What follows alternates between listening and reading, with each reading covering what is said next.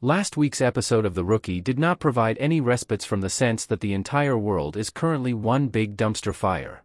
Seth Ridley's return was terrible enough, but after saving John Nolan's life and having to have his leg amputated, he truly won my sympathy. I needed a palate cleanser after watching episode 16 because it felt so gloomy. Enter Skip Tracer Randy, a humorous recurring character. Since his initial appearance in Season 4, Randy has been a welcome addition to the episodes in which he has since made an appearance. He has an entire main plot to work with this week, and the humor gives viewers a much-needed respite from the tension in Chenford and cunning police officers.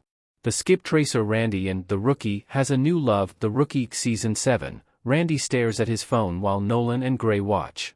Randy tells Nolan and Bailey at the beginning of the show that he is in love with Chastity and that he has actually become a Bitcoin billionaire. Even though Chastity is still Pete Nolan's girlfriend, Randy still wants to declare his love for her. He asks Bailey and Nolan, followed by Lucy Chen and Celina Juarez, what he should get Chastity to win her heart. After deciding on diamonds, he visits the club where Chastity works and pops the question. Following Chastity's admission that she might be amenable to a situation akin to a sugar daddy, Randy is immediately confronted by criminals who have learned of his wealth. Chastity is abducted after Randy manages to repel them, because criminals recognize a chance for a ransom payment when they see it.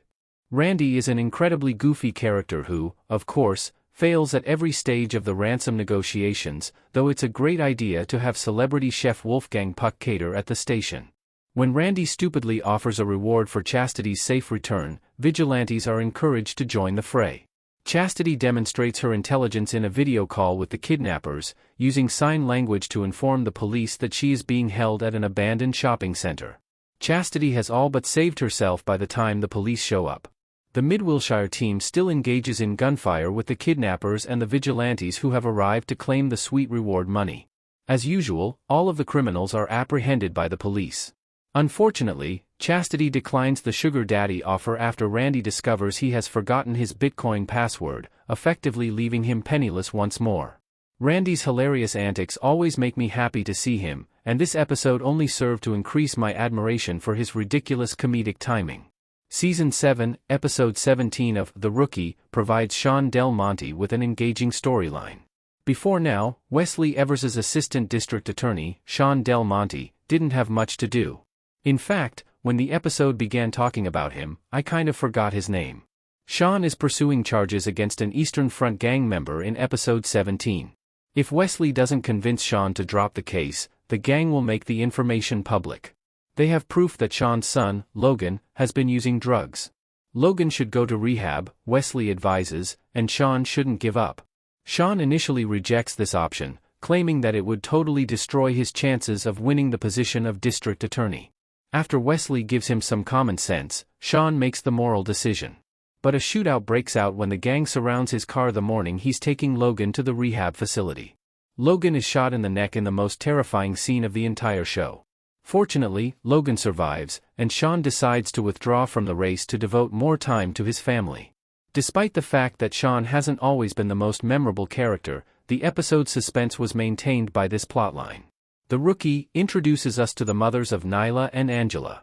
This episode also features a side plot about Ruth, Nyla Harper's mother, receiving an eviction notice. The most intriguing aspect of this story is that Ruth and Amelia, the mother of Angela Harper, are actually best friends, despite the fact that Ruth has been the victim of title fraud.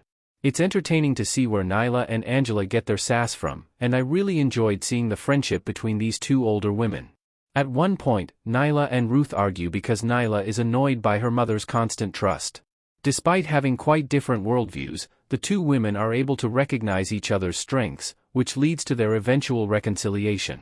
In order to find the woman who tricked Ruth into signing her home away, Angela and Nyla decide to team up. They decide to entice the woman out by using Amelia as a pawn. Since wearing a wire makes her think of The Sopranos, Amelia is more than happy to go undercover. The woman is arrested after the sting is successful. These kinds of crimes against the elderly hurt my heart, so I'm so happy that they were able to apprehend this scammer. What's even better is that Amelia gets to act to support her friend and show her daughter that she can still be a badass. In other parts of the episode, Celina feels like a lousy girlfriend because she is unable to come up with a suitable birthday gift for Raj.